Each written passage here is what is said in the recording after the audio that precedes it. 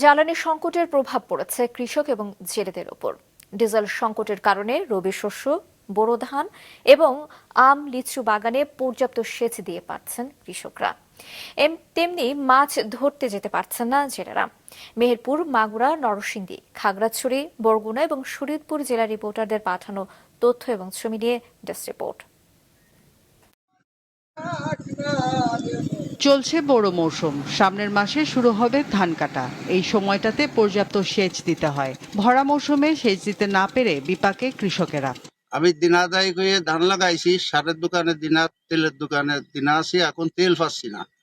এখন এই দিনা দেবো কোথার থেকে, আর এই আমার সংসার চলবে কিভাবে? সেচ তো দিতে হবে, সেচ না দিতে ধান হবে না। শুধু বড় চাষিরা নয়, বিপাকে লিচু ও আম চাষিরা। এই সময়টাতে এসব গাছে প্রচুর পানি দিতে হয়, কিন্তু ডিজেল সংকটের কারণে তা সম্ভব হচ্ছে না। কৃষকদের অভিযোগ, ডিজেলের জন্য পাম্পগুলোতে ঘন্টার পর ঘন্টা লাইনে অপেক্ষায় মিলছে না তেল। তবে খোলা বাজারে বাড়তি দামে ডিজেল পাওয়া যাচ্ছে। এতে উৎপাদন খরচ বাড়লেও ন্যায্য দাম পাওয়া নিয়ে শঙ্কায় কৃষকেরা। পাম্প বন্ধ তাইলে আমার পানি দিতে হবে, ছিল 3-4 ছিল।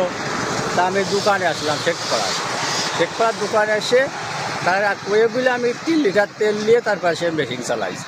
তেল যদি না পায় আমাদের ধান খেতের সমস্যা হবে, কারণ আমাদের খরা দিনে এখন আমাদের পানি নাই। 5 বিঘি আবাদ আমার লাগবে 10 লিটার তেল। আমি বললাম 5 লিটার তেল, আমার তো আবাদ হবে না, আমার আবাদ নষ্ট হয়ে যাবে।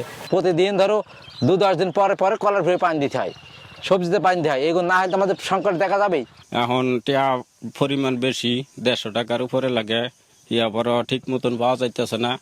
সংকট কাটাতে সৌরসেচ, পাম্প বৃদ্ধি ও পানি অপচয় না করে আবাদ করার কৌশল অনুসরণ করার পরামর্শ দিয়েছে কৃষি বিভাগ।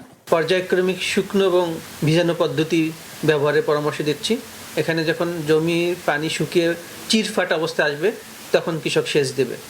যদি এই প্রক্রিয়া কৃষক অব্যাহত রাখে তাহলে বর্তমানে যে পানির ব্যবহার করছে তারা অর্ধেক পানির মাধ্যমে সে কাঙ্ক্ষিত ফলন পাবে। কৃষকরা যাতে তাদের পাম্পের সঠিক পরিমাণ তেল পায় সেই কারণে আমাদের নির্দেশনা দেওয়া হয়েছে। ডিজেল সংকটের প্রভাব পড়ছে জেলেদের উপরও। খুচরা তেল বিক্রির দোকান ও ফিলিং স্টেশন বন্ধ হয়ে যাওয়ায় অলস সময় পার করছেন বরগুনার জেলেরা। তেলের অনেক সংকট, আমরা জাল বাইতে পারি না, তেলের কারণে। মানে জাল বেয়ে মাছ বেশি 30 টাকা তেল কিনি 90 টাকা, তেলের দামটা বাড়াইলে একই চিত্র শরীয়তপুরে 30,000 নিবন্ধিত সহ অন্য জেলার জেলেদেরও। রওশন জাহান মিষ্টি, মাছরাঙা নিউজ ডেস্ক।